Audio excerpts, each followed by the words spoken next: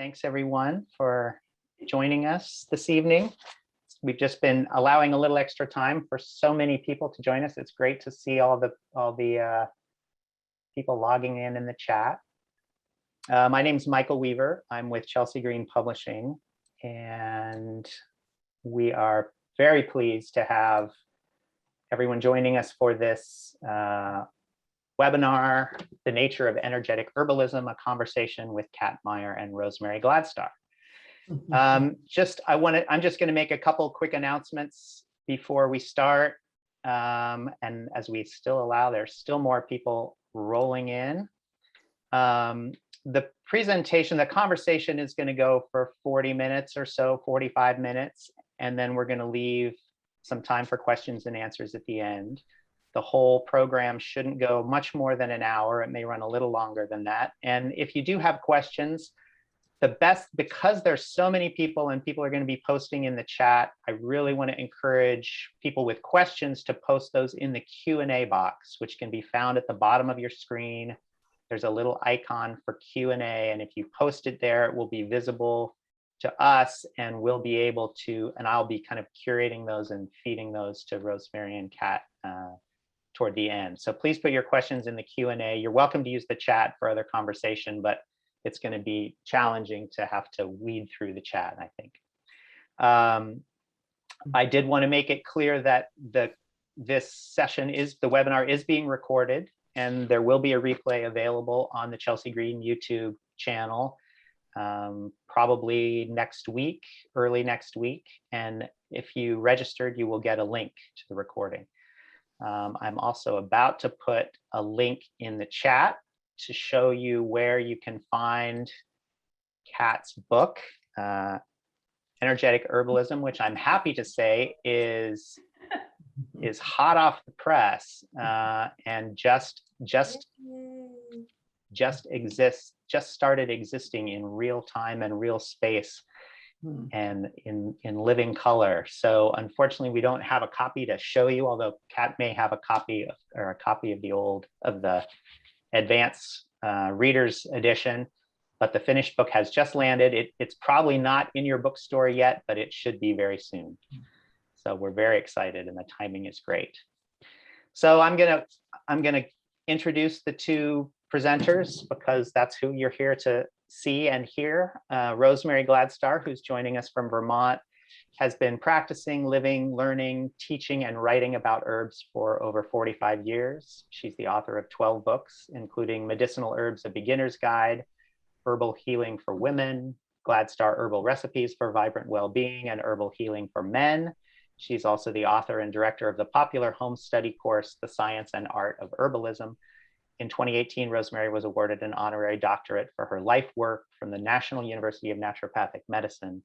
Rosemary is the co-founder and former director of both the International Herb Symposium and the New England Women's Herbal Conference. She's the founding president of United Plant Savers and the co-founder and original formulator of Traditional Medicinal Tea Company. So thank you, Rosemary, and there's more we could say, I'm sure. Please don't. Thank you, Michael. It's wonderful to be here. Thank you.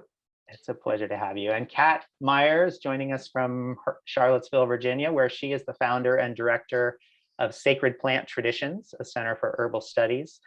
In clinical practice for over 30 years, Kat teaches internationally at universities, conferences, and herbal schools. And one of her greatest accomplishments has been to train many clinical herbalists who have gone on to begin other schools, apothecaries, or open their own practices. I suspect some of them are in the audience here this evening. Kat is a founding member of Botanica Mobile Clinic, a nonprofit dedicated to providing accessible herbal medicine to local communities. The Botanica Clinic arose out of her school's free clinic, which was one of the first on the East Coast and has served as a template for other herbalism schools. And Kat, as a passionate steward of the plants, also served as president of United Plant Savers, which was founded by Rosemary, and was the recipient of the organization's first Medicinal Plant Conservation Award. So thank you, Kat and Rosemary, for being here, and I will leave it to you. It's so fun sitting here watching the chat names roll in, and I don't want to say any names, but so many students and friends and teachers and I've been incredibly excited, but to see the names come in, I'm so grateful.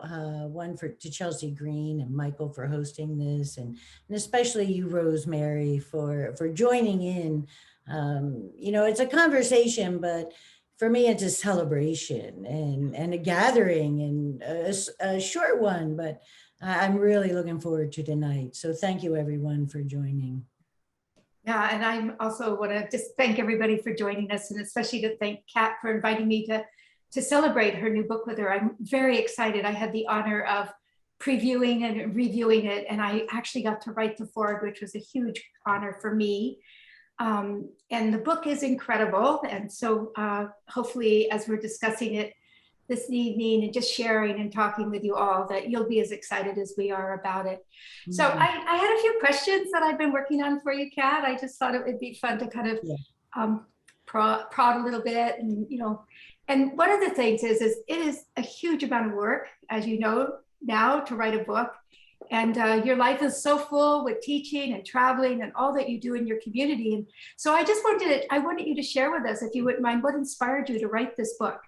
Thank you, Rosemary. And again, this is so exciting to be sitting in living rooms, and it's almost like a house party in a way. So thank you, Rosemary.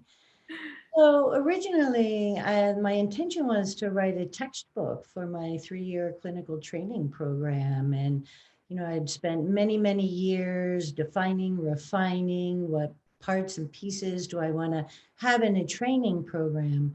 But as the book evolved, I came to realize that, these teachings and this wisdom and these tools, because it is a book of a lot of tools, these tools shouldn't just be relegated to practitioners or herbalists.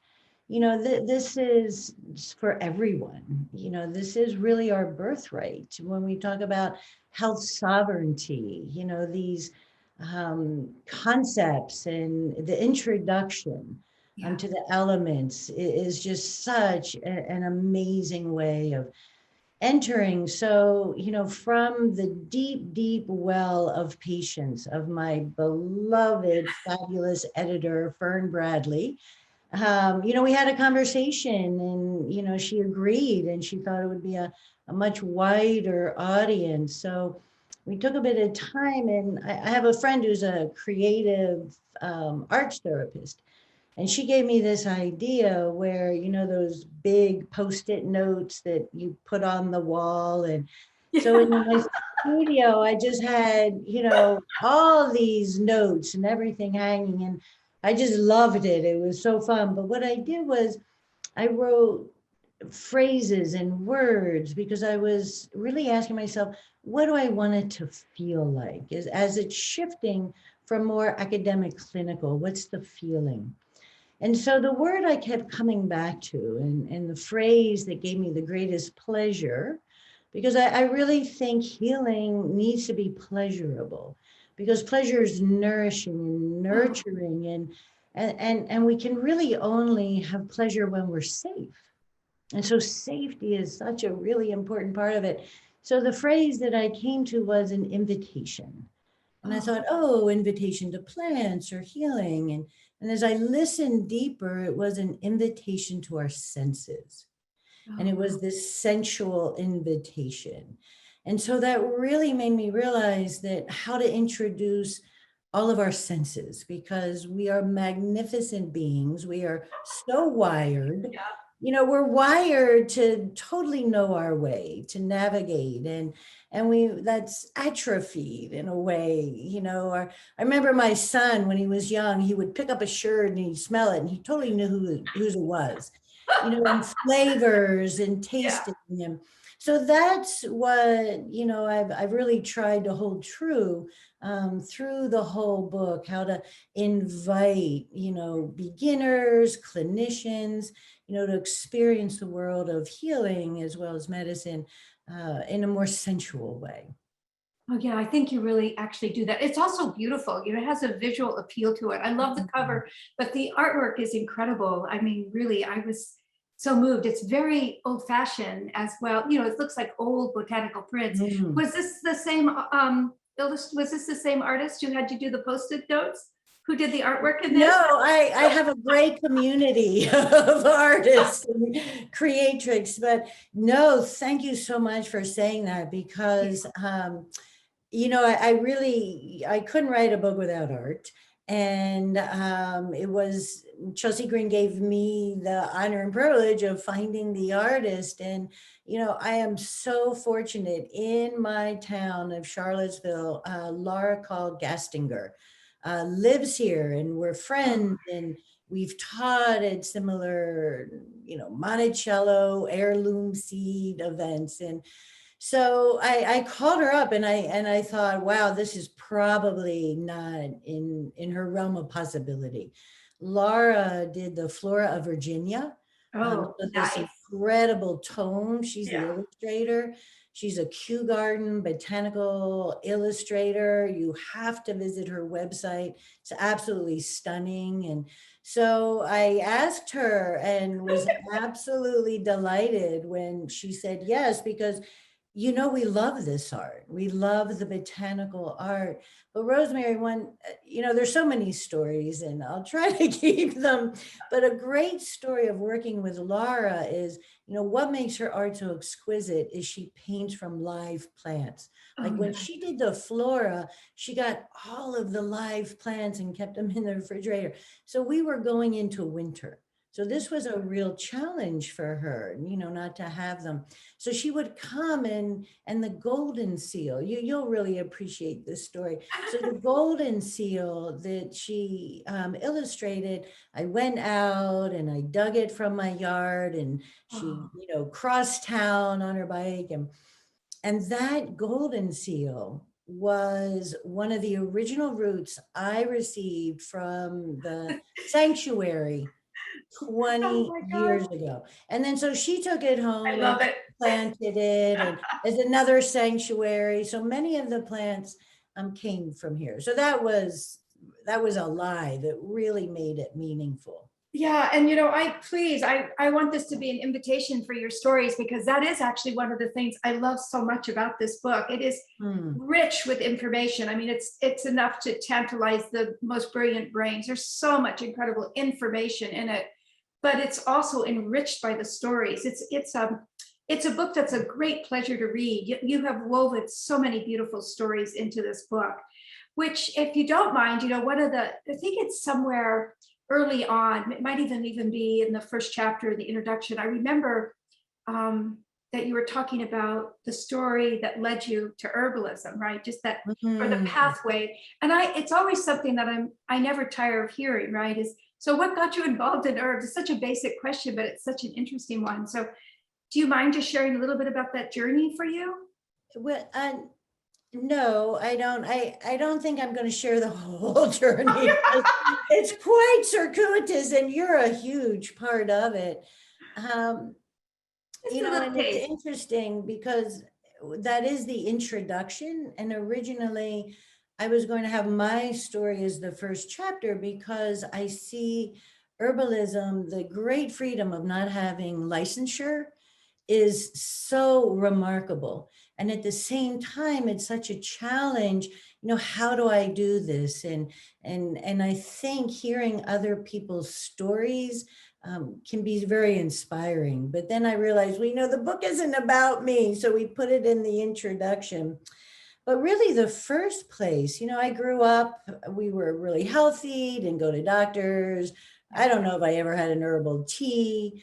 And when I was 12, I realized, you know, I saw a movie on the Peace Corps and I realized, oh, I'm going in the Peace Corps, and sort of didn't matter what I studied in college. And so I went into the Peace Corps, and it was Chile, and it was right after the coup. So it was a pretty intense time. But I would go out with these elders and nurses, and we would do rural medicine on ambulances that broke down, you know, all the time, forever. So we had a lot of time walking through fields. And so it took them a while for, you know, to really include me in their medicine gathering. And there was a saying in Chile, and it said, no sea bruja, and that means don't be a witch. And so Chile was very modern and it was coming on, and they called it the country club of the Peace Corps. And so, there was this whole disengagement with herbal medicine. So the first time, I wasn't feeling well, and they took me and they made me this huge concoction, this great brew. I'm telling you, Rosemary, the first time I took a sip of that tea, there were places in me that just came online. It was this almost entheogenic. It was almost this psychedelic experience. And I realized, oh my goodness, this is medicine. These plants are medicine. And up until that time, I kind of had a white suburban, even in college, there were other herbs, but so it was really in the Peace Corps. And I was also really pursuing this sacred. What is the sacred and where is sacred and healing? And in that moment, those worlds totally came together. Yeah, that's awesome, honey. Thank you. Thank you for that. I've heard that story before and I always love hearing it again. So yeah, it's really beautiful.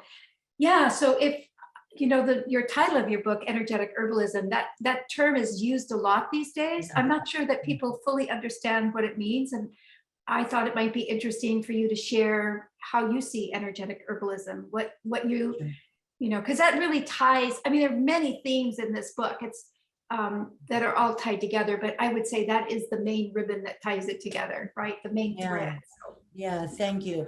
And I hope it's okay to say this, but you can't choose your cover and you can't choose your title in many instances with contracts. And I have to say that this was not the title I chose. And I can't believe how well Chelsea Green did. And I have, thanks, in a little bit, but it's what the book's about. I had sacred plant traditions, but what's that about? And the cover is absolutely stunning. Hold it up so people can see it. Oh, okay. So here it is. And I love, it's so sexy. It's got the black kind of fabric textured background and the calendula. Come on. And the pestle and the mortar is somewhere there. So I'm just so grateful that it's so beautiful. So energetic herbalism, you're right, Rosemary. It does mean different things to different practitioners. So for me, what it means, it could also be called elemental herbalism, because what my focus is looking at the elements of nature, fire, water, earth. And each of these elements brings a nature, it brings an energy to it. And so the traditional systems that I bring forward, Chinese medicine, Ayurveda, Vitalism, they're all based in the common language of the elements. And so, for example, fire, and I won't get too teachy, but the whole element of fire, for example, it's transforming and transmuting and activating and warming, and it's also very destructive. And so when we're working energetically, we're looking at the fire. Is it too hot? Is it too cold? And herb folks are geeks. We love nerding out on the correlations and collaboration with nature and science. And so the Ayurvedic, they have such a primary place of importance of the Agni, and that's our digestive fire. And that digestive fire really needs to break foods down. And when we look at other energetics, we realize, wow, we're not just digesting food, we're digesting experiences, thoughts, emotions, and imagine all that we're digesting right now. And so when we understand the fire is really important, and that's that element, and if we feel sort of sluggish and stagnant and kind of bloating, what do we go to? We go to our spice rack of the herbs with fire. Rosemary and thyme and oregano, they're volatile oils and they're really moving and pungent. And so it takes healing out of this intellectual realm, which I totally love my mind. And I'm a recovering scientist. So there's a lot of science tidbits in it because I totally love science. I think it's the Yeah. spirit language. Yeah. I think science and fractals, that's spirit. You don't, people say, oh, do you do spiritual or sacred? And, it's all sacred. That's just different languages. Yeah, So well, it's one of the things, I'm going to interrupt for 1 second, Kat. It's one of the things I've always loved about you and love about your teachings is that you don't just combine the two, you just immerse them, like it becomes one, it's really awesome. And this book really brings that forth. There's really no separation, between spirit and the mind and the intellect and, our just physical beings. You've done a beautiful job with that, but continue. Oh, thank you. Thank you. Well, again, there's more to say, but, I love Robin Wall Kimmerer's work and how she's really being found many, many places. And it's very important. And, she's bringing up the notion of kinship and being kin to rivers. But what I love about the elements is when we feel our fire and feel our water and our blood and our kidneys, and it's not just a concept, when we really embody and inhabit ourselves as elemental beings, then when we're out, whether it's our front yard, it doesn't have to be the Grand Canyon, we feel kinship. We are earth, our bones are earth, our flesh is earth. And how do we treat our earth? We want to nourish our skin. We don't want it to go dry. So there's all kinds of analogies, when we're working with nature. And, energetic herbalism, the last thing I'll say is it shows us our nature. And people are now saying, oh, we don't go out into nature, we are nature. But it's a way of knowing ourself. Who am I? Am I more fire? How do I cool my fire? What are good practices for me? And so energetic or vitalism, it's really about our inner terrain and matching the outer terrain. And so if my energy is to flow, how do I help that flow better? And maybe it needs more heat. Maybe it needs more moisture. Maybe my dry cough needs moistening yin marshmallow. So it's super fun and it makes sense. It makes sense. Yeah, it's very practical. Yeah, when you were talking, there was a sentence that you had said, it's in the book, actually, I loved it. It says to reveal the depth, this book is about revealing the depth of relationships that exist within ourselves and therefore with our external environment. And there is a lot about that relationship woven throughout this book. Yeah, so one of the things when you've told me that what you were thinking about doing with this book, it just seemed like immense. It's really hard to write a book just about Ayurvedic medicine or traditional Chinese or vitalism, Western herbalism. And you courageously took it on, which doesn't surprise me, at all. Because I've known you for so many years, and I know that you're not a surface girl. You love to go really deep. I think it's your Scorpio nature. By the way, happy birthday! Oh, thank you. This is a party. I know. People didn't know it, but here's my party. It's party for your book and you, so that it makes it extra grand.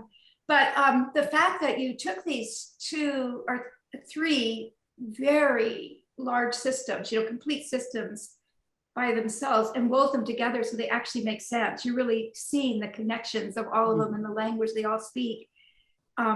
I thought was brilliant, by the way, because they all do speak the same language. I mean, or maybe different languages, but they're all based on that same elemental forces, and you're able to show that so well. But I was just wondering, why do you think it's so important right now to showcase these traditional ways of healing? Do you have any? Right, thank you. One thing I do want to say, because we have our brilliant Ayurvedic practitioners and Chinese, that I want to say that in some ways my chapters are homeopathic doses of these grand systems. And I'm just sharing the tools that I've used, after 30 years of practicing, this is what I've put in my medicine bag, and this is how I use it, with the invitation to go on deeper. So why I think it's important to work with energetics. Well, one, 5,000 years of Ayurveda and Chinese, and it's still the same. Like, we come out with a drug and in 6 months it's recalled, or we think we know something about the spleen scientifically, and it's like, oh, but we've looked deeper and it's not the same. So here we have the constancy of the mother. We have the constancy of the body of the mother, and that's not going to change. And yet with climate change, we will need to learn how to adapt. And so the planet's heating and elders are having strokes. And so how do we protect our elders going into the summer? Well, let's bring in more moistening herbs, more demulcents, more cooling herbs. As waters rise, we'll have more dampness and we'll have more mold. And so we're resilient and we're adapting, but we can use nature to help navigate. Well, how's our environment changing? With the fires, we saw herbalists just totally, I cry so many times in our community, but with all the herbal remedies coming forward for lungs and smoke and safety and, treating our landscape's changing, our inner landscape. So for me, energetics now is coming on in a whole other way of preventing and kind of staying ahead or staying with the environmental changes. Oh, yeah. I have to say, I feel the same way. Like, every time that, and there's been so many major crises happen, you do see herbalists stepping to the front lines, I think they always have throughout history, they always will stand up for one another in the earth. And, yeah, it's been amazing to see. And we're in the community because the community creates us. And so we're part of that weave, and we're really not that separate. And so we're literally on the ground, our fingers on the pulse. And it's also, I don't want to speak for a huge crowd, but it's totally what turns us on. I mean, this is what excites us. This is what we love to see, and learning. Phyllis Light will come and talk about dogwood berries. And, it's sort of like in tarot, the hopes and fear card. In herbalism, it's sort of the same thing. It's always incredibly new and you never stop learning. It's like overwhelm. And then that's just part of it. And once you finally realize that, then you can surrender into, oh, welcome new stories. I won't get bothered that I've never heard that before. I'm always amazed at how much I knew when I was younger and I was running my herb store. I mean, I was fearless that I knew everything. As I gotten older, it's like, oh my God, there's just so much I don't know. I kind of liked it better when I thought I knew everything. It was very reassuring.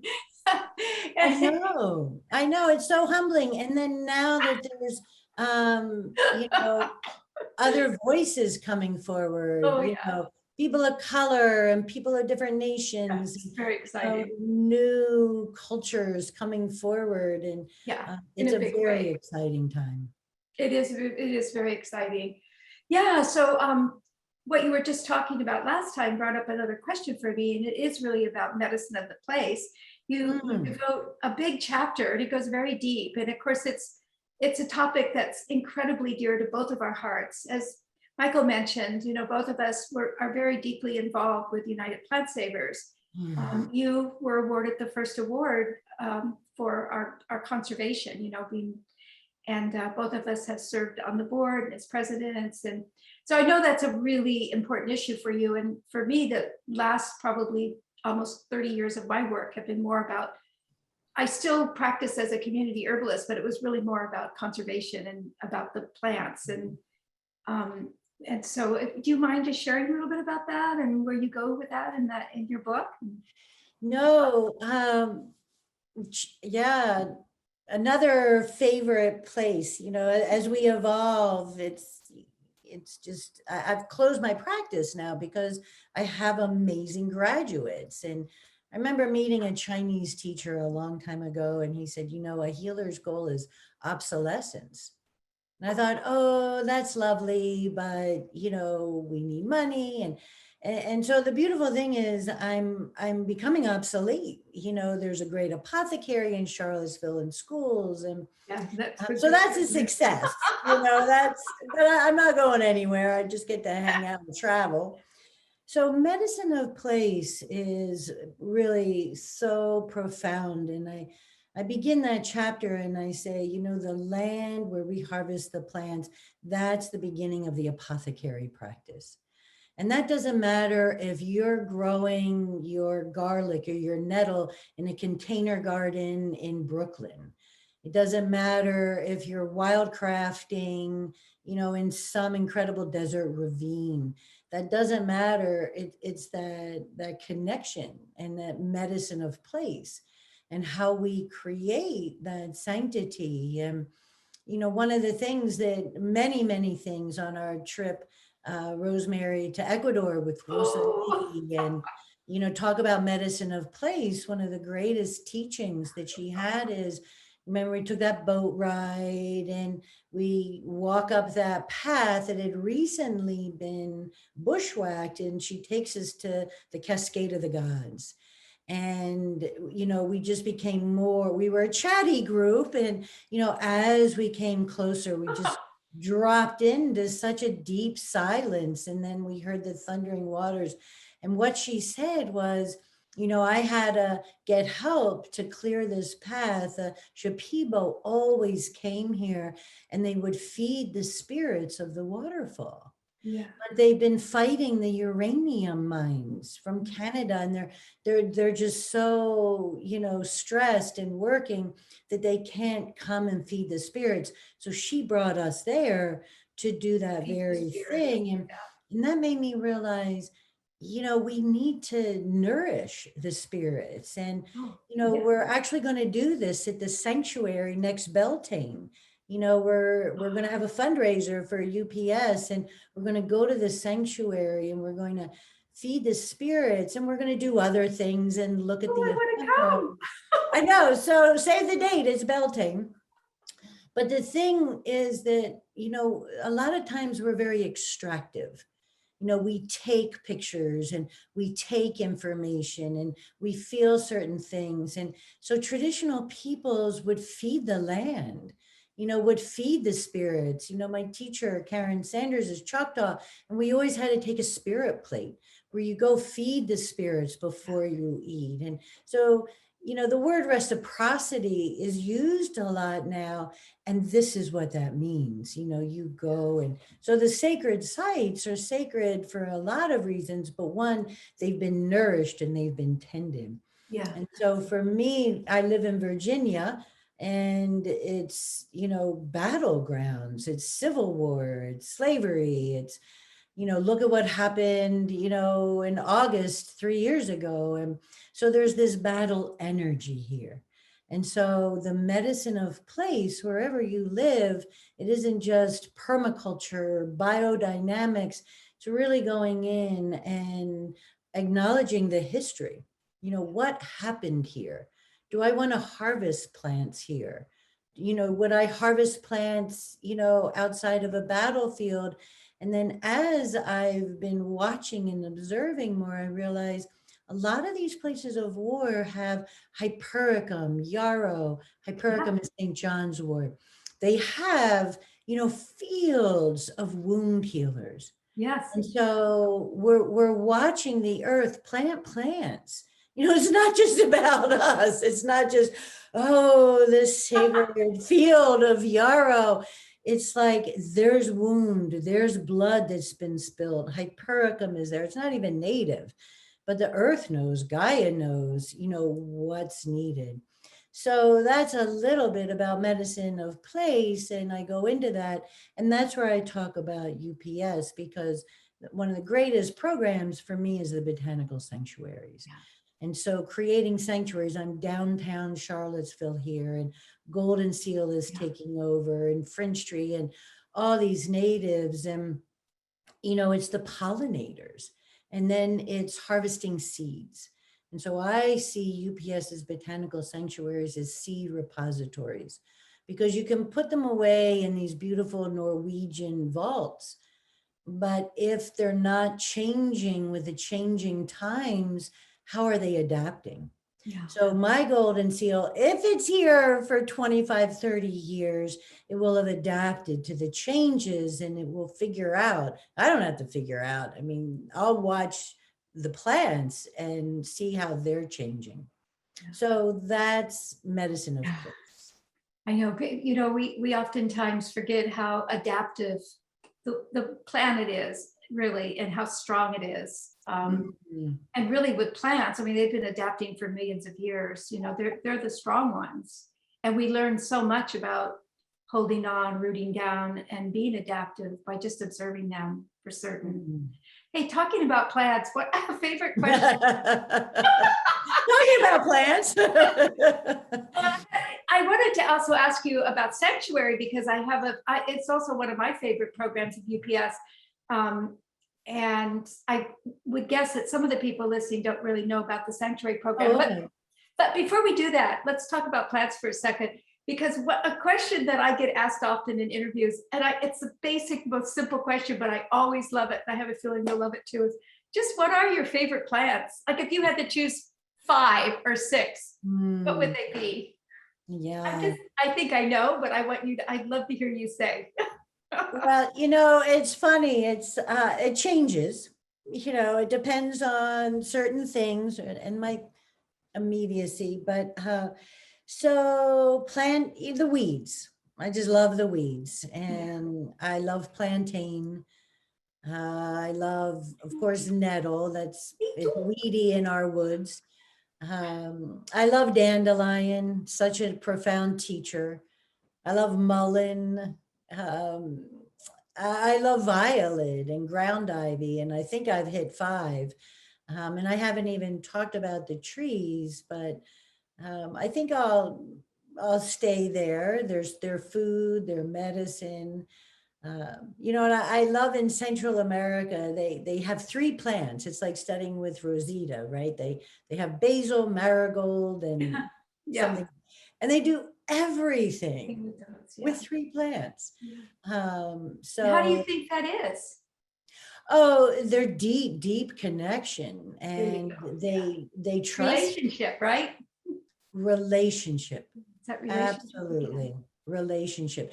And the other thing I want to say is, we talk, a lot of my students, early on, they wanted to get to the spirit medicine and learn the sacred medicine. And, one of the things that I've learned over 30 years is the spirit of the plant takes a long time to cultivate a deep relationship with. And so when you spend time and you go back and, I wasn't even going to tell this story, but I have this great, really short story on gravel root. And gravel root is Joe pie. And if you've ever harvested it, it's really intense. It grows in gravel, and it's wet and it's mucky. And, we were kind of in a hurry, and you're not supposed to do that. This is years and years ago. And so all of us, we're harvesting, and we thought, oh, this is not feeling right. This isn't reverent, but we needed the medicine. It was kidney stones, and Virginia has a lot of kidney stones. We're in a gravel belt. Anyway, so I'm harvesting, and I'm like, look, I will come back. I promise I'll come back. And I'm telling you, the spirit of, and I spent a lot of time with it, that spirit will walk into my office. And what I want to say is those spirits will show up. And it's after you've spent a long time. So I think with Rosita and Ms. Hortense, they know that marigold, and they've been with marigold morning, noon, and night. Marigold will show up. So it's putting in that time and the spirit. And I can't remember the question. It might have been five favorites, but. Well, I just add something here to that is I always see cultivating relationships with plants is a lot like cultivating with friends, and old friends show up in ways that, it's like you just keep discovering layer upon layer about each other. And so they can show up and do things for you that would normally seem impossible. You wouldn't even know them. So it's very much the same way. And that can happen instantaneously. Like you can have an instantaneous relationship, but it does take years to cultivate that depth of knowledge and understanding of one another. Yeah, so I will travel back a little bit and I think it would be good if you share a little bit about creating just the sanctuary program and because it's one of our best programs with United Plant Savers. So yeah, and with reason, because it's people. I think people feel pleasure in creating a sanctuary. I mean, just the word sanctuary feels really good. So 25 years ago, Rosemary and the founding members of UPS really had vision of creating a sanctuary network where there would be this mycelia, this communication, across, now it's into Canada, but a place where stewards, you don't even have to be a landowner. I know many renters that are creating sanctuaries in public parks. And so the website, the UPS website, has a great explanation. All the information's laid out, and there are certain requests. We request that you share your garden twice a year, that it's educational, that you plant native plants. And so you don't need, 20 acres, in pristine wilderness. Like I said, I'm downtown, and there's, pollinators, and there's a giveaway. We do golden seal giveaways because there's so many. And so the sanctuary network is across the Canada and the United States, and they're stewards that have made a commitment to plant native plants, to watch them, to guard them. It could be part of a forest farming. It could be a part of, where you're harvesting, but more than anything, it's to find these places where these plants can flourish. That's right. To be left alone. And I know there's a lot of talk on wildcrafting and that, conservation through use, that by harvesting, that spreads the plants and planting seeds. And in theory, I totally agree with that. And in practice, I think we need to totally leave them alone. And we have industry and companies, and, we, even within our own community, it's a great opportunity for dialogue. But the botanical sanctuaries are places where, Robbie Wooding said it great. You plant the ginseng, you walk away for 20 years and you forget about it. And maybe the deer get it, but, let nature take its course. So there's great information. And what's interesting is, we had the pipeline come through here in Virginia, and it was stopped, and there's talk of another one. But so we did this pipeline rescue where it's almost as though they chose the most beautiful land of natives to put this pipeline. So we went ahead of it, and we were rescuing plants, and we put a lot in the sanctuary because you have plant rescues, but where do you put them? So knowing other sanctuaries in Virginia, that's a tool for me. I can now call them up, contact them, get in touch with other sanctuaries and say, here, we have a plethora of cohosh. We have, a lot of these plants. So it's, again, that communication. Yeah, thank you.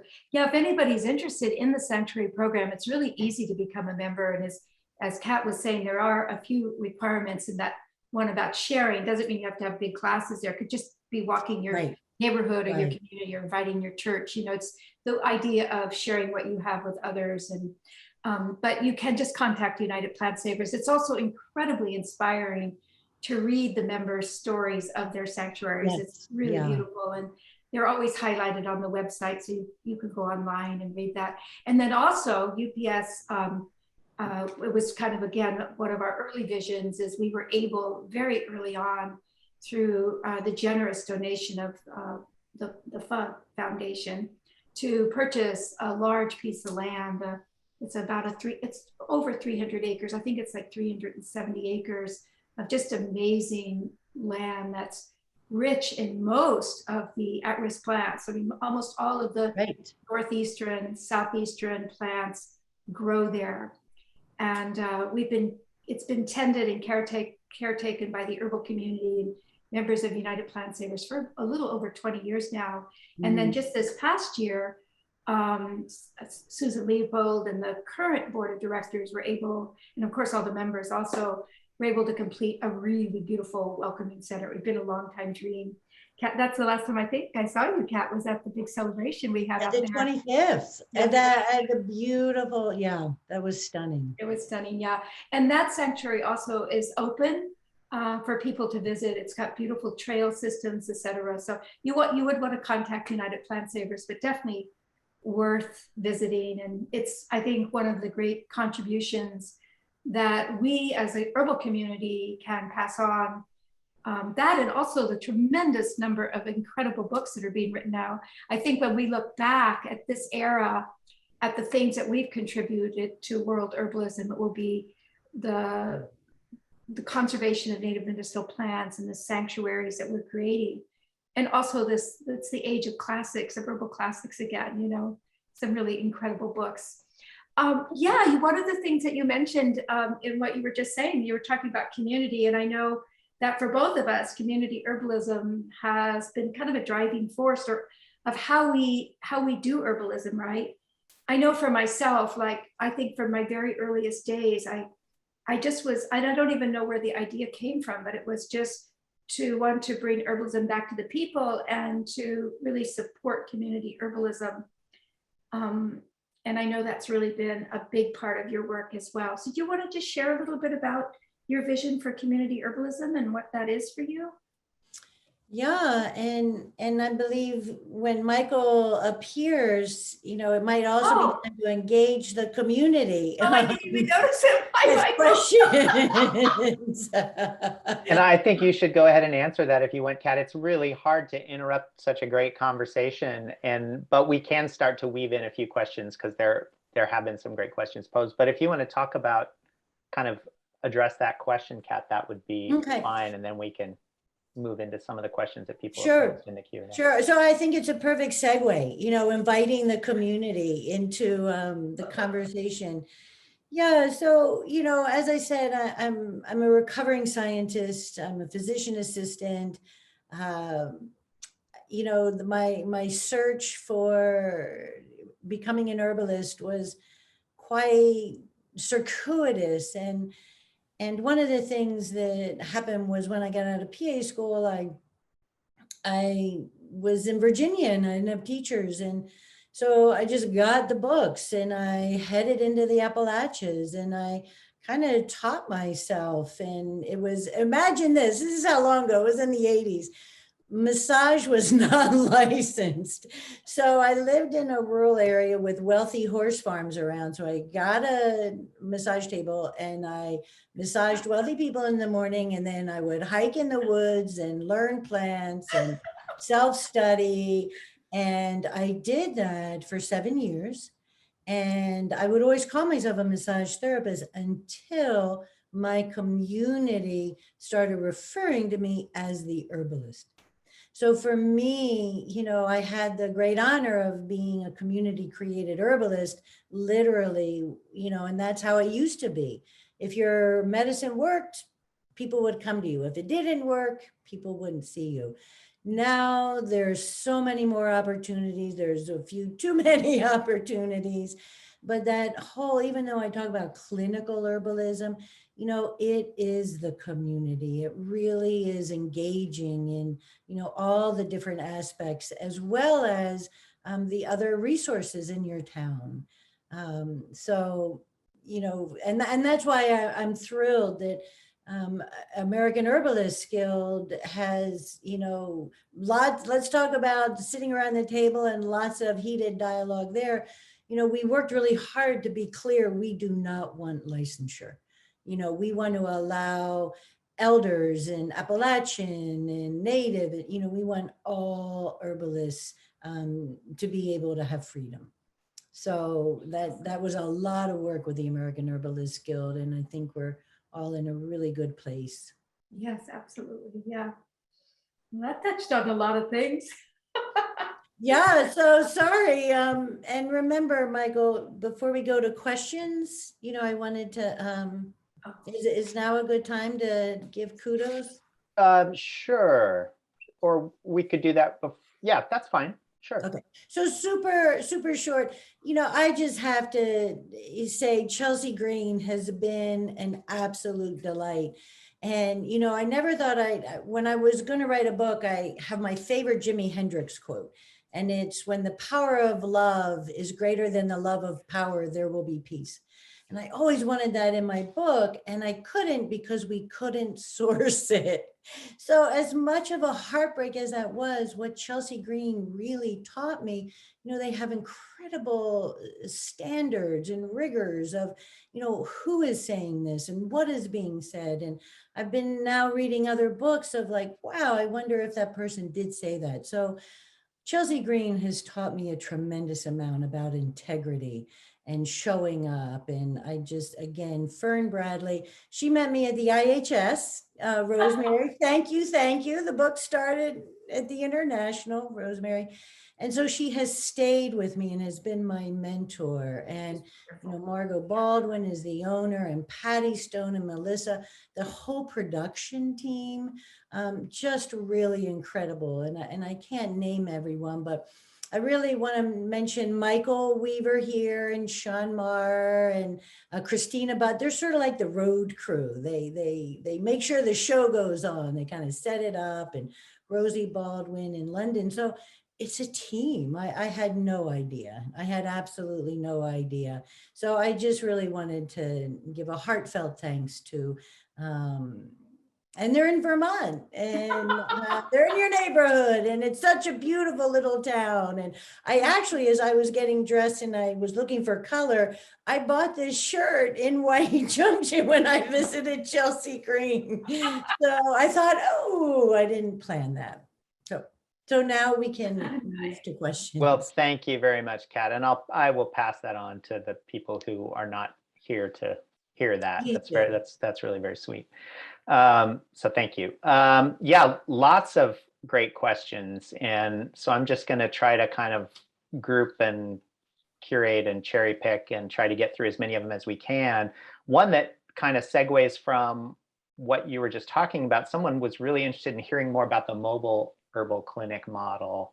So when you're talking about the community, I wonder if you want to share a little bit more about that.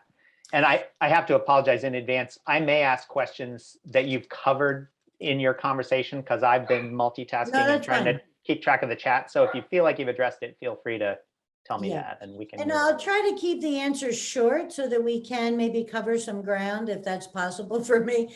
I think that's great. What I want to say about the Botanica Mobile Clinic, I would send you to Herbalista.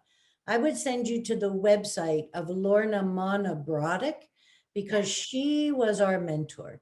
And everything Botanica is, we really learned from Lorna. And I just received a note from her where she's passing on the mortar and pestle, but Herbalista, it's a van, it's a mobile clinic. She has documents, information, medicine making, free, amazing resources. That website is a font of information. And so everything that we have done at Botanica has really come from our inspiration from Lorna. So I would say that, and so what we do is it's small, but we have a shelter for the unhoused, and we take urns of tea. During COVID, we did care packages. During the Black Lives Matter in Richmond. It was that incredible, passionate time of great change, and we did a lot of jail support. A lot of people were arrested, so we took herbs and bags, and so there is a website. But I really think Lorna really holds so much great information. She's a pretty amazing woman. I remember when when we were traveling through Ireland, she went there on her bicycle, right? She had a little bicycle mobile where she had all of her remedies on her bicycle. And she kind of started a very similar movement in Ireland, with kind of the same model. Yeah, it's amazing what one person can do, when they're impassioned by what they do, on fire. Yeah. Yeah, and I saw somebody put the website in, so thank you. Yeah, nice. Great. Perfect. There are a couple questions about this spirits, the conversation that touching on that part of the conversation. One is, could you explain about communicating with the plant spirit, or how or what it looks like? That's from Rose Haynes. And then Camille Silverman asks, you talked about feeding the spirits. How can we feed the spirits where we are? Is it simply with prayer or with offerings? Yeah, just with our love, with our prayers, with, whatever is natural and authentic to you. I know the word authentic is kind of been hijacked a little bit, but I go out in my garden, and every day I walk around the garden. I'm like, oh my God, Mullen, look at your flowers. And we sing a lot. My home is my school and my classroom and the sanctuary. So we sing a lot. And, when you go to sacred spaces, and it's the chanting and the singing, and it doesn't matter what song. And so it's really, I don't want to make sacred acts very simple or mundane, but they really are. So it's showing up, and it's acknowledging, and it's tending, and taking care of it, really. And then you can do a lot of different either rituals or ceremonies, but simply gardening. Like when you garden and you bring in soil, you're tending spirits that way. You're tending the soil. And so the other question is, that's a hard one to cliff note in a way. And one thing I'd like to say is, I absolutely adore Black-eyed Susans. I love Black-eyed Susan. The spirit of that plant, it gives me joy. And so I loved it way too much because it totally took over my garden. And you know how it does that. And now we're like, oh my God, I'm glad you love it. And here, have some. It doesn't have to be this very complex process. I know that everyone, when they fall in love with a rose, or when they fall in love with that oak tree, you're sensing that this is something, again, our senses are wired for. We know the sacred. We absolutely know the sacred when we're standing in front of it, and we know desecration. And so what Rosemary and I were talking about is developing relationships of working with the spirit. I do go into that in the book, and I'm not trying to sell the book, but it's very simple, and it's a process of sitting down and drawing the plant and listening to the plant and tasting the plant. But you want to go back. You want to go back and revisit it. And you can be gardening one day, and all of a sudden the Ella campaign says something, and you have this, it's not you, you're not making it up, and you can have this sense in your body that was from the plant, that was not me. And that takes a while to differentiate. That's beautiful, Kath. I think that really, it captures it. I was thinking when you were talking about that beautiful saying from Rumi, there are 1,000 ways to kneel and kiss the earth, and I think that's a lot about how we develop that sacredness, is just loving. You use that word in the beginning. And I did want to also mention that, if anybody has the opportunity to study with one of our teachers, Rosia Alacorn, who's this amazing Ecuadorian shaman teacher, she really inspires people. to learn how to be in sacred communication with the plants, and just share so many very simple ways that we can do that. And there's also some really excellent books for people who maybe need a little more guidance. Kat certainly covers it in her book. And I know Pam Montgomery and Stephen Buhner and Elliot Cowan, they all have beautiful books about developing sacred relationships with plants that are really geared towards people who need that instruction. But actually, as Kat was saying, the instruction really just leads us back to the earth and back to art, and just to be in love, just love and cherish the plants and listen, and you'll hear them. They begin to speak to you. I think it's about respectful listening, right? That's a big part of it. We have to learn how to hear when they're communicating to us. But yeah. Great. Someone was asking about Rosita, and one of the questions you anticipated very psychically, Rosemary, was, I'm getting ready to travel to Ecuador. Do you have any recommendations of herbalists to meet? So is Rosita actually in Ecuador? She's in Ecuador. So she is Ecuadorian, and that's where she did all of her work. A few years ago, she and her family were transplanted. They had to move to England, and so she goes back and forth now. But her center is the IMOE Center. It's IMOEA. I think that's how you spell it. Is that right, Kat? Did I get this? And somebody put the website in. Oh, great. Oh, good. Great. Someone's on One it. thing I do want to say is there's Rocio Alarcon, and then there's Rosita Arvigo. And so I saw somebody type in Rosita. Both of them are just Wonder Women. Awesome. Yeah. And just, you can't go wrong. If you booked the wrong class, it's not wrong. That's the spirits taking you either to Belize or to Ecuador. Yeah. Rocio actually also does a lot of online classes too. Not a lot, but you'll see her offering things online. And she actually has a whole community of people that have joined her in creating, sacred, what she calls landscapes, which is basically altars, which are honoring the earth. So if you see that happen, if you see any of those offering, it's really a worthy experience, right, Kat? Both of those women, as you said, are both inspiring teachers. Amen. Blessed be. Okay. Great.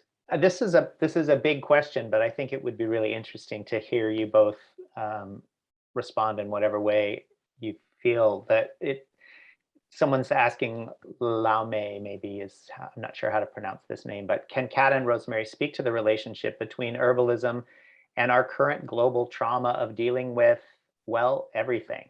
Both how current times impacts herbalism and how herbalism can help guide us through these times. And with the apology that this person realizes it's a huge question, but just whatever springs to mind. Kat, you start and I'll follow up. I was going to say, Rosemary,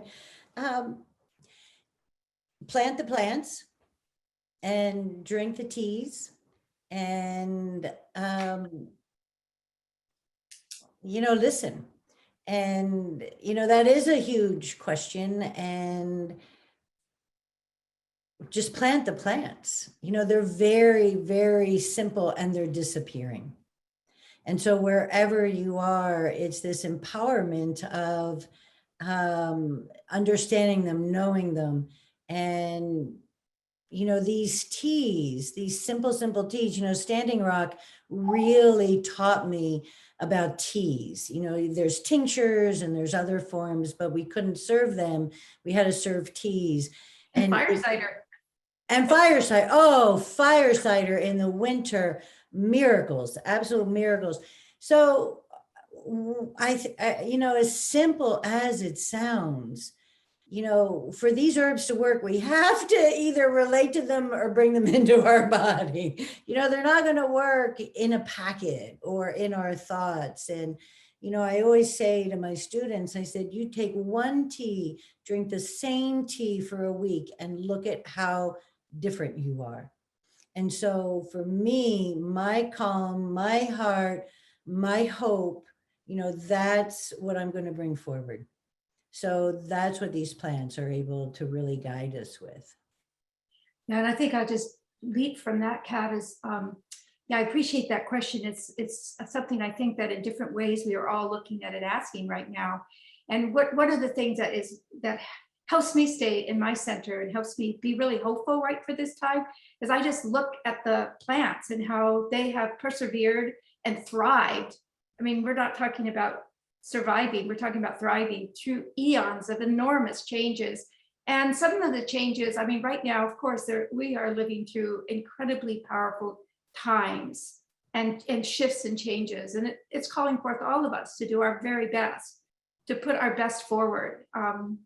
And when somebody next to you isn't able to put their best forward, it's calling us to put twice of ourselves best forward, right? So anybody who can, like, you know, steady the ship really needs to hold on to it right now. But really, I just look at these plants. I mean, where I live in Vermont, just 10,000 years ago, an enormous glacier sat here for several thousand years, and it changed everything in this environment. You know, our 28,000 feet mountains were ground down to like hills, and yet, you know, all the plants came back and came back abundantly and incredibly. And that gives me great hope. And one of the things I look at is how do they do that, right? How are they able to survive? Because that's how we learn, is watching nature and watching the best in humanity. You know, that's what really should be leading us forward. But really what they do is they root down, you know, they bury their seeds deep, they root really deeply. You know, huge, enormous storms can blow, and there's going to be some of them that are going to just hold on and survive. And then the other thing that they teach us, another really powerful lesson, is that, you know, they store up enough energy, like they nurture themselves enough. So self-nourishment is very important. They take in what they need enough so that they have medicine to give out to others. And so that's the other thing, again, when you can do that, when we all can't do that all the time, you know, we get blown over and we need help at different times, but when we can, then it's our job to also help hold the person up next to us. And so there's just so many teachings that the plants give us, and the earth herself. You know, we get really frightened for the earth, and it's no wonder. You know, we're here like little sense organs on her, and we're feeling everything that's going on. But the earth is powerful and strong. It survived long before we ever arrived.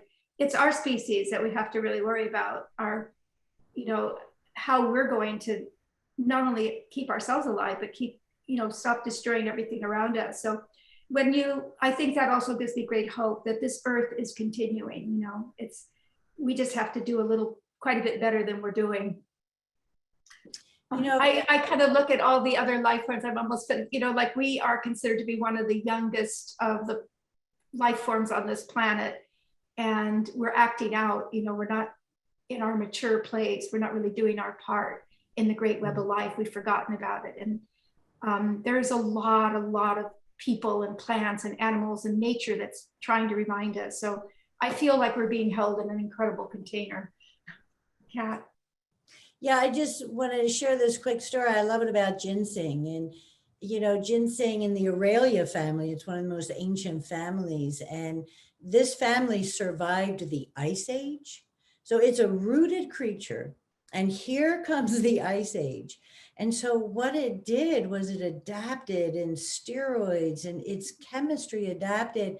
And so why ginseng is such a profound medicine for our endocrine system and our adaptogens is because of what it went through. And so I just love that. That's also medicine of place. Yeah. You know, and that might be medicine of deep time. There's a whole new chapter, but you know, that's how we have our allies, and that's how we're going to go through this together. And so many of these trees and plants, they've done this before. And so if we stay with them and really bringing them into our bodies, you know, they know this, they've been there. And the nourishment from nettles is so much more accessible than a multivitamin. It just goes right into the cells. So, yeah. Great.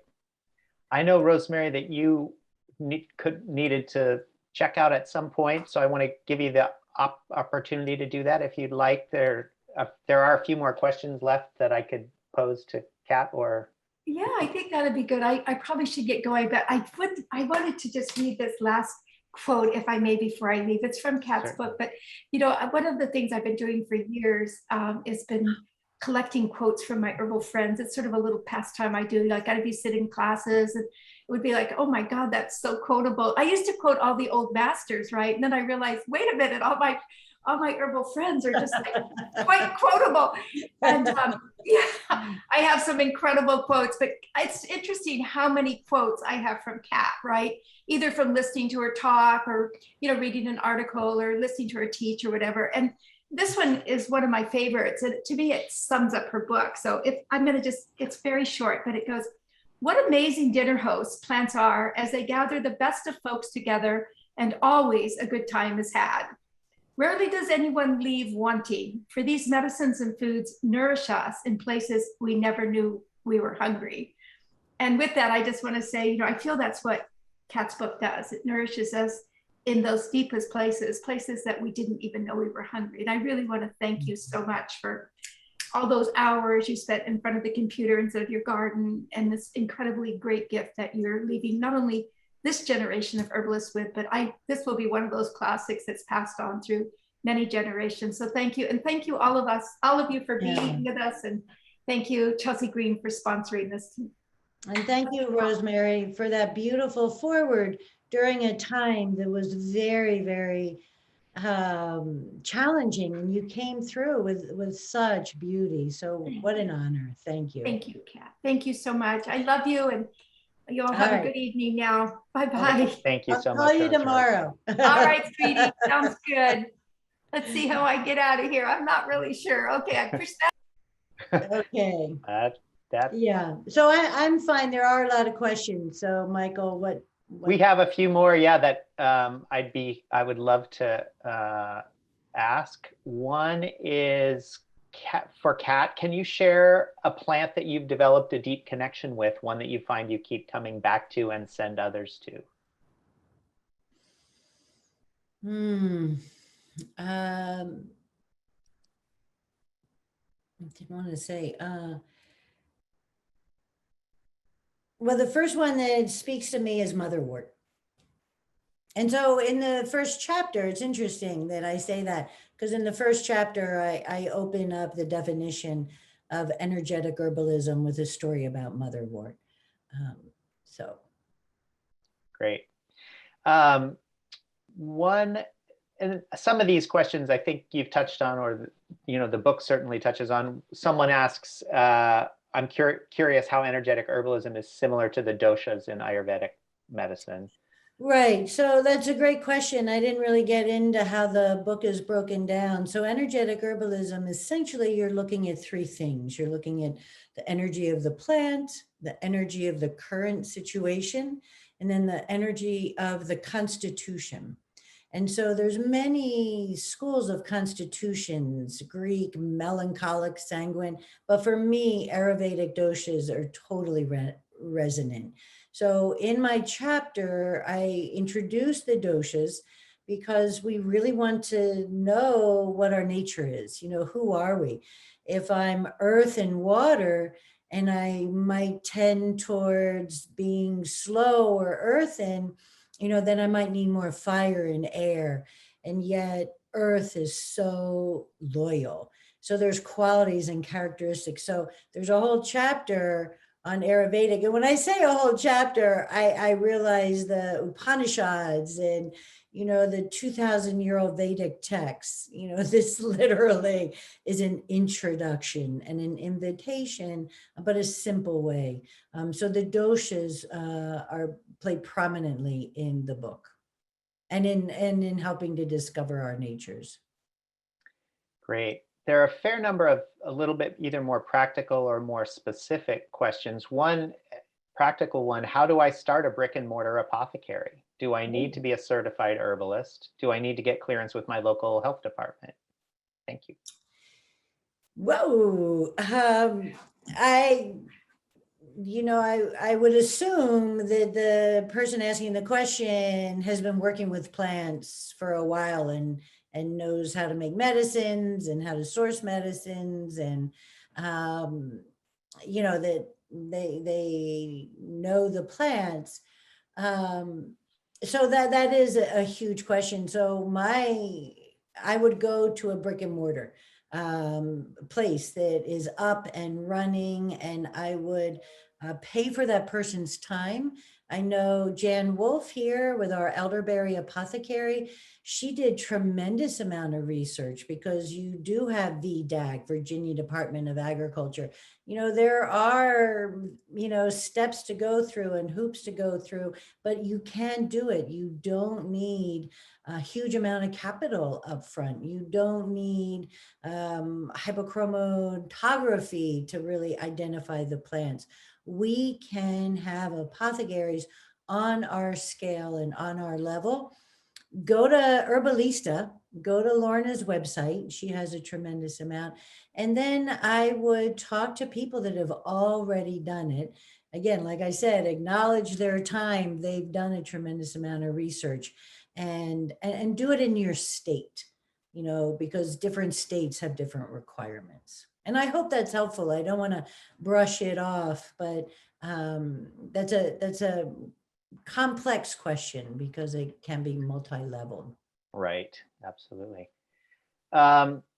Angela has asked, and this you touched on, I think, when you were talking about medicine of place, but do you find that using herbs that you grow and are native to your area have more potency in your formulas?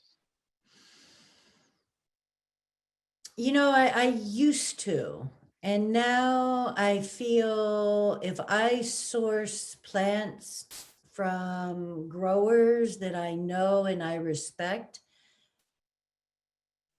I feel that medicine is as potent. And I can't stress enough how your trust, why Matt Wood uses one herb, one drop. He has such implicit trust in that herb, and my other teachers. And it's really trusting that this medicine will come forward as you know it.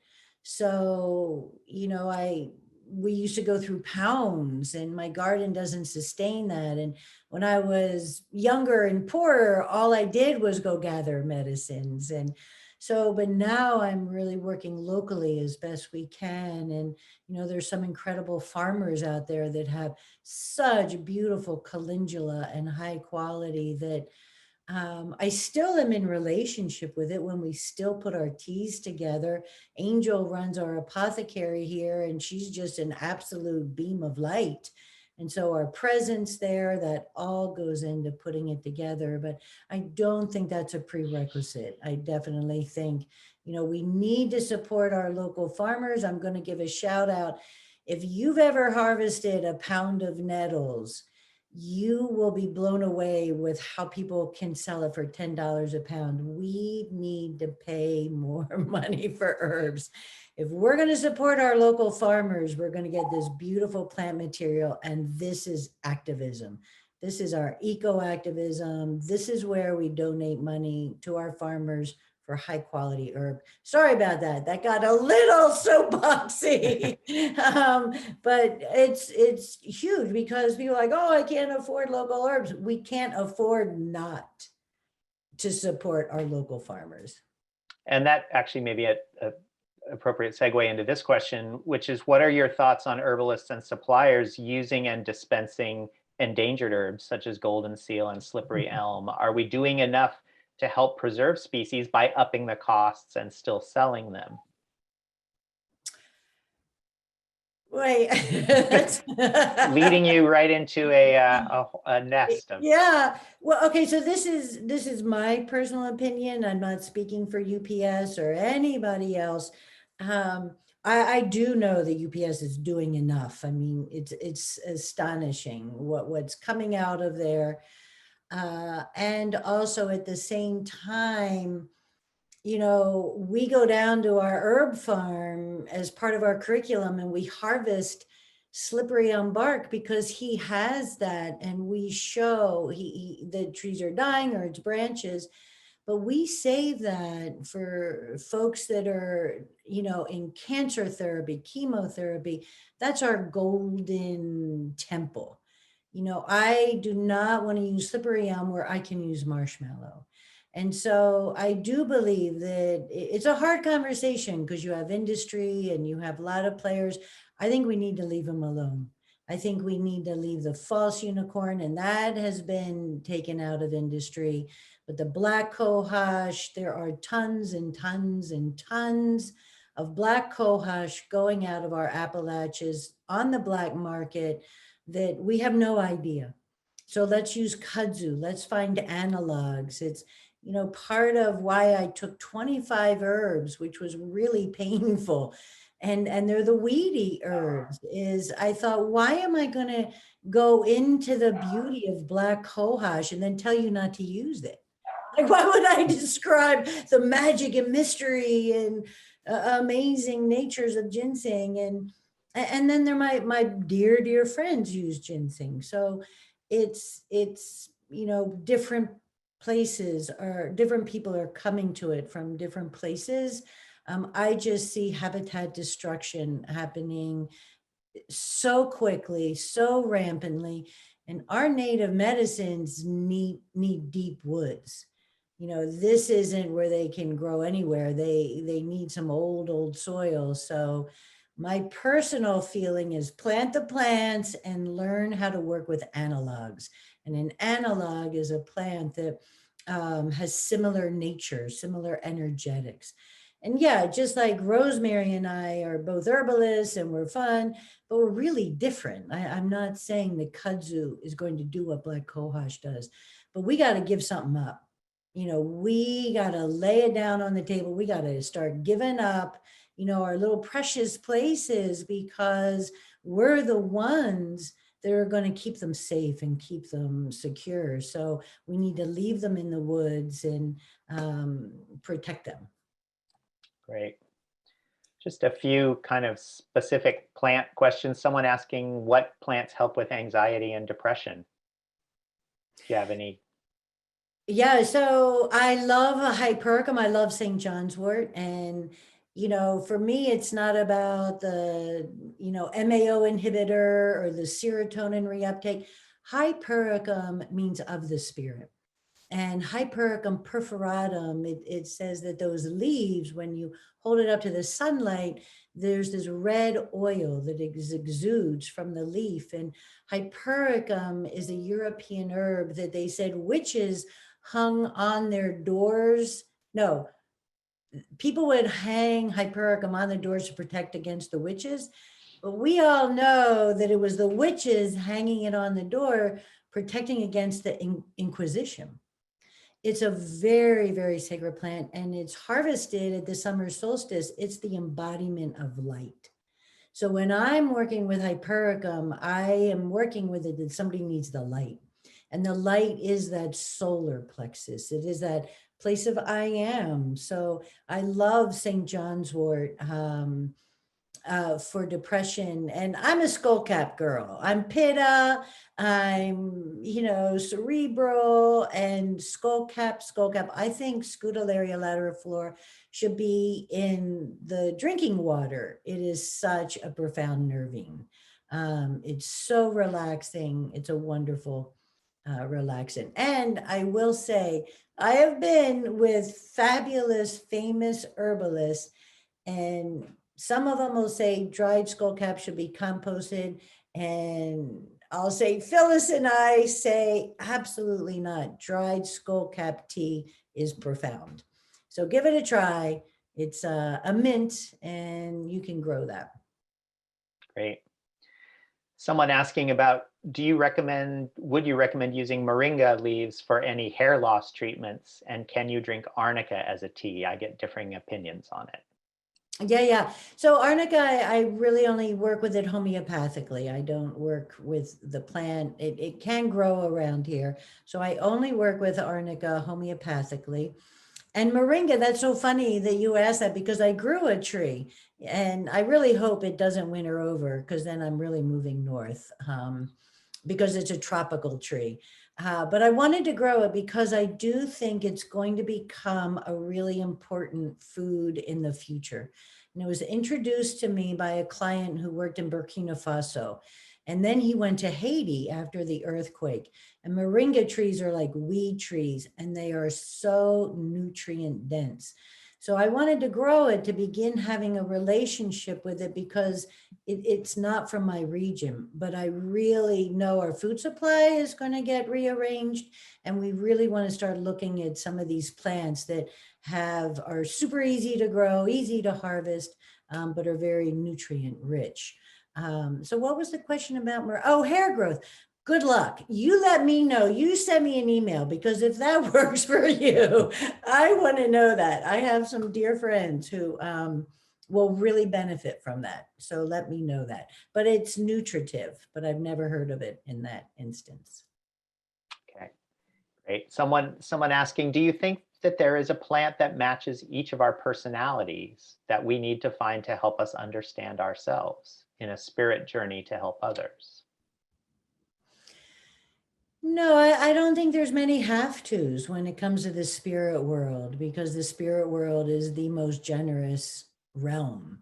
The generosity that lays in with these plants and their energies, there isn't judgment. I don't know if they're angry. I don't know if they have the same emotions that we have. So I believe that the plants and the spirits would want you to follow the path and really, move to what you're drawn to, and really, really trust your intuition that you will have that, you will find that. And, hopefully there'll be more than one.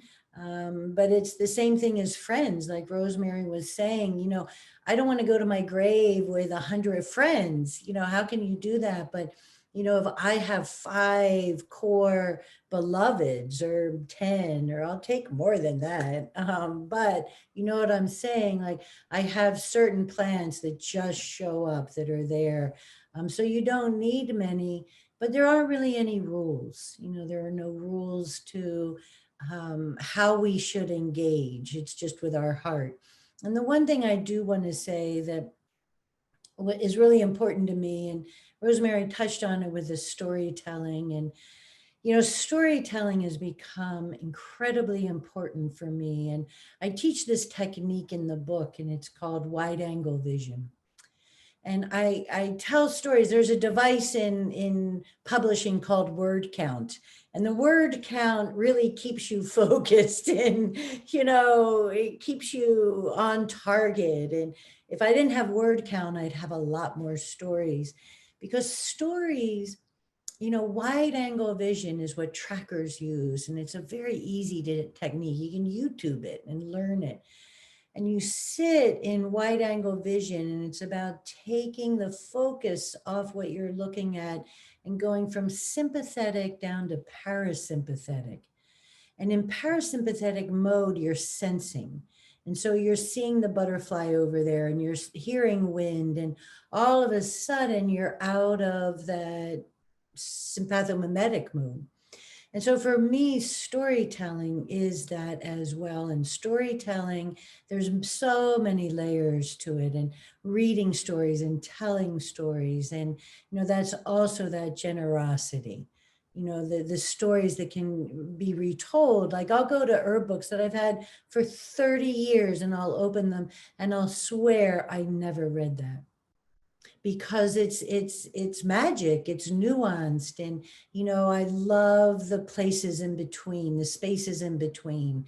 And that's where a lot of times spirit will come, when we're in that wide angle vision, and when we're really open to that. So storytelling is such an important part of herbalism. And I really encourage, the science is awesome, but to learn the different stories as well. That may be a really good place to wrap things up. That's lovely. And we're a half an hour past the hour mark, which is kind of what we aim for with these webinars. And I'm going to apologize to people who posted questions, especially late, that we weren't able to get to. And I was afraid that would be an issue, but I do think we should call it a night. But I really, really appreciate your time. And once again, for people who joined us late, a couple people were asking where to get the book, how to get the book. The book is not quite out there, fully out in the world yet. It is hot off the press, and it's finding its way to bookstores and to people who pre-ordered it. But it has landed, and it will be available very soon. And we did post a few lists of links to book pages for people who want to support independent bookstores. There are a couple of independent bookstore links. There's a link to the Chelsea Green publishing website. There are the Barnes & Noble and Amazon links as well. And again, Kat's book is Energetic Herbalism, A Guide to Sacred Plant Traditions. Oops, I just lost it. Integrating Elements of Vitalism, Ayurveda, and Chinese Medicine. And it was really a treat to listen to you and Rosemary, and I really appreciate you being here. And thanks everyone for joining us. It was really a great turnout, and thanks for all the questions and comments. Yeah, thank you, Michael. It was so fun and very easy working with you. And again, I just thank everyone that stayed a little later and that showed up. And I don't know if the chat will be saved, but sometimes, I've changed. So I would love to possibly take a look at the chat and just to hear the feedback and the thoughts. And you got a lot of birthday wishes. Oh, thank you. Dozens and dozens, I think I can safely say, of birthday wishes, as well as a lot of great appreciation and comments. I think we can save the chat. I will double check that. I want. Okay. Well, thank you all. Thank you all.